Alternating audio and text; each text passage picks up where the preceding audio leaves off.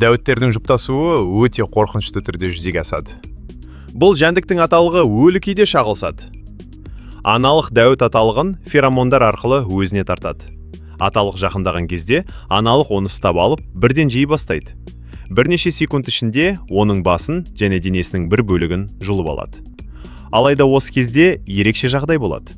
Денесінің қалған бөлігі миынан айырылғанына қарамастан аналықты ұрықтандыруды жалғастыра береді.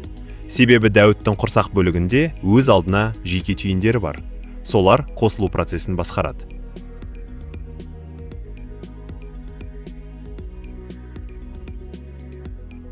Аналықтың аталығын жеуінің басты себебі ол жұмыртқаларын дамыту үшін аталықтан қажетті қоректік заттарды алады. Ерекше жыландардың қатарына уын шашатын африкалық кобраны да жатқызуға болады. Бұл оның қорғану әдісі. Кобра шамамен 3 метрдей ара қашықтықта уын тура көзге дәл тигізе алады. Ал мұндай жағдайда кез келген тіршілік иесі соқыр болып қалуы мүмкін.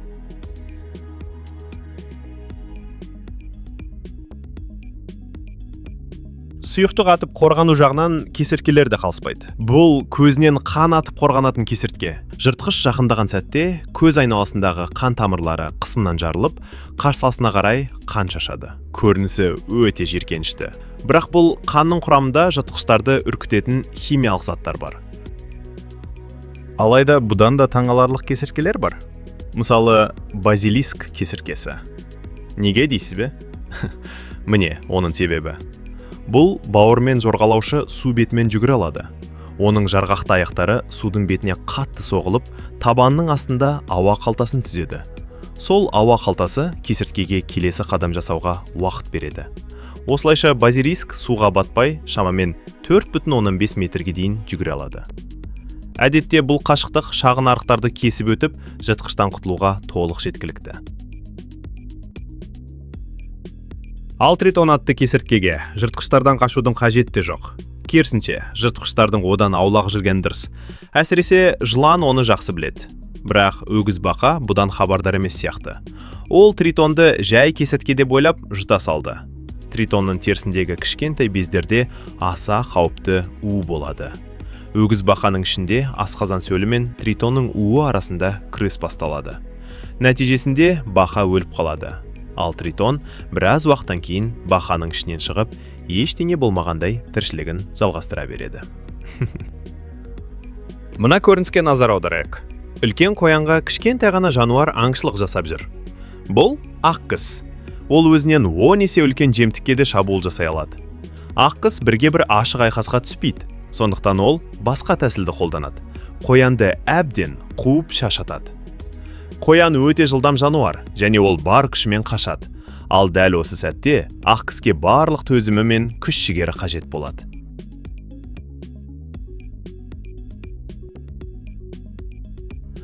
Орайлы сәті туғанда, ол қоянның мойнына жармасып, қан тамырларынан дәл тістеп құлатады. Дәл осындай тынымсыз аңшылықтың арқасында бұл кішкентай жыртқыш үлкен олжаға қол жеткізеді. Бұл лазиус атты құмырсқалардың колониясы. Олар шіріген ағаштың ішінде тіршілік етіп, жолына түскеннің бәрін жейді. Бірақ бір ерекше жәндік бар. Күйекөбелектің дернәсілі. Оның арнайы сыртқы қабықшасы бар. Соның ішінде дернәсіл құмырсқалардың арасында еш қорықпай өмір сүре береді. Дернәсілдің қорғанышының екі жағында кішкентай тесіктер бар. Жылжу үшін тесіктердің бірінен басын шығарып, сүйретіліп қозғалады. Лазиус құмырсқаларының қышқылы өте күшті. Олардың алмағына кірген тіршілік иелері аман шықпайды. Бірақ күйекөбелектің дернәсіліне олар ештеңе істей алмайды. Ол берік қорғалған. Құмырсқалар оны қалай айналдырса да, қалай тістесе де, бәрі бекер. Дернәсіл құмырсқалар қоршап алған жағдайда сабыр сақтап, қолайлы сәт туған кезде ғана қозғалады. Өте сақ, құмырсқа жақындай қалса, бірден қабықшасының ішіне кіріп кетеді. Ол құмырсқа илеуінде жүрудің басты себебі. Оған бұл жер қауіпсіз, әрі дайын тамақ. Олар құмырсқалардан қалған қалдықтармен қоректенеді. Кейде құмырсқалар жинап әкелген жемтікті өз қабықшасының ішіне тартып алады. Крисмас аралы – Үнді мұхитындағы шағын арал. Мұндағы орманда қызыл крабтар мекендейді.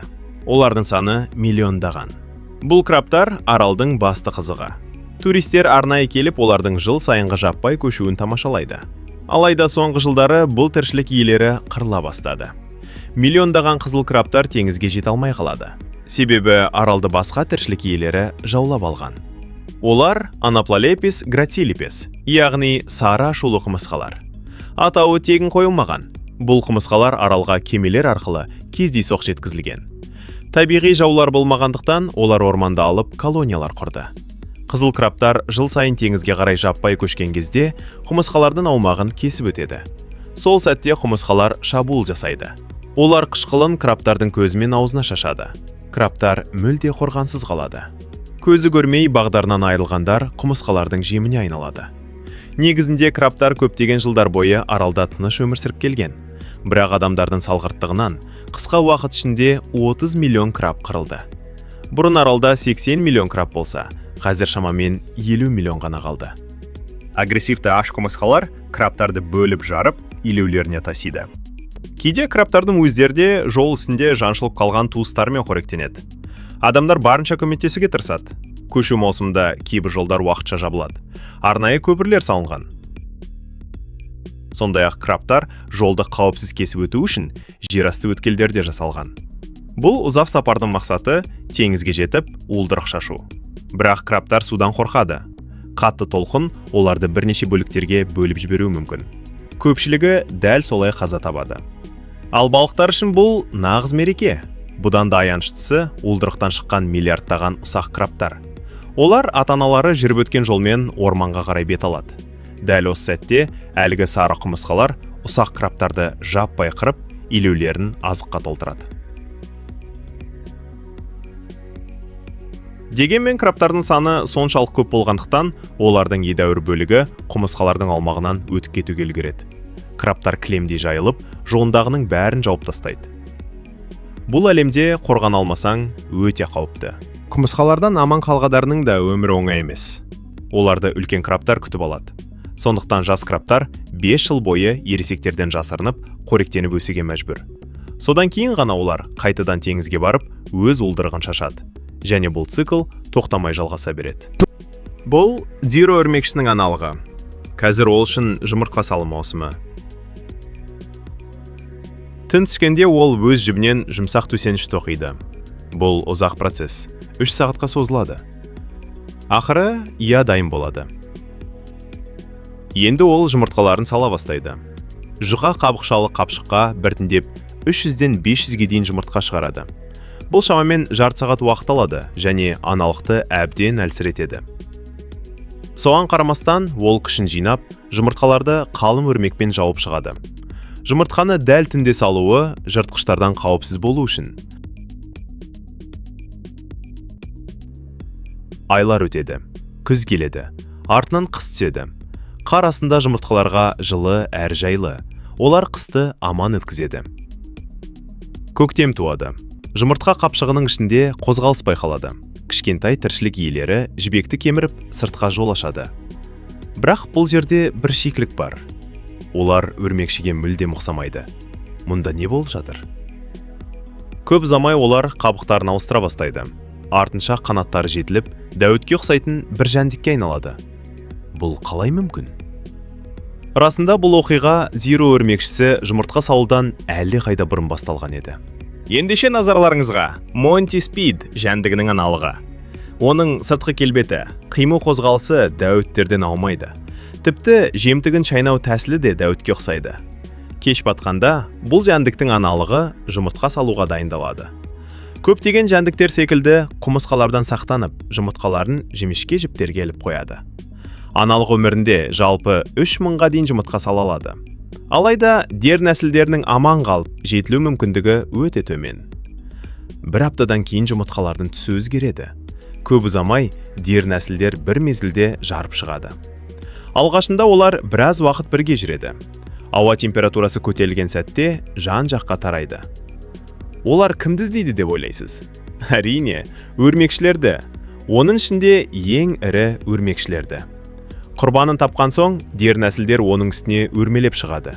Өрмекші оларды сілкіп тастауға тырысады. Кейбірі құлап түседі. Бірақ сонда да жабысып алғандар болады. Енді өрмекші олардың иіне айналады. Монти Спид дер нәсілдерінің тірі қалуы толығымен осы өрмекшіге байланысты. Олар аналық өрмекші жұмыртқа салғанын күтеді. сол сәтте жылдам оның жұмыртқа қапшығының ішіне кіріп кетеді. Енді дернәсілдер қыс бойына жететін азыққа ие. Олар қапшық ішінде еркін қозғалады. Қарындар ашқанда өрмекшінің жұмыртқаларымен қоректенеді. Бірақ кейбір ұяларда жағдай мүлде басқаша. Мысалы, бұл аңшы өрмекшінің жұмыртқа қапшығы. Мұнда Монтиспид дернәсілдері тым көп, ал жұмыртқа саны шектеулі. Қорек жетіспегендіктен олардың арасында бәсеке басталады. Көп ұзамай бұл бәсеке нағыз шайқасқа айналады. Дернәсілдер бір-біріне шабуыл жасап, жей бастайды. Ал мына Диро өрмекшісінің ұясында бәрі дұрыс. Қорек жеткілікті болғандықтан дернәсілдер қыстың соңына дейін тыныштамайды. Кейін олар қуышақтанып, ересек Монтиспидтерге айналады. Содан соң өрмекшінің ұясын тастап ұшып кетеді. Бұлар өсімдіктердің ең кең таралған зиянкестерінің бірі, яғни бітелер. Жұптасу маусымы кезінде олар өте көп мөлшерде көбейеді. Оларға көптеген жыртқыштар шабуыл жасайды. Бірақ біте соншалық көп болғандықтан, олардың азайып жатқаны байқалмайды. Ал кейбір жәндіктер оларды болашақ ұрпағы үшін тамаша инкубатор ретінде қарастырады. Бұл Aphidiinae тұқымдасына жататын паразит аралар.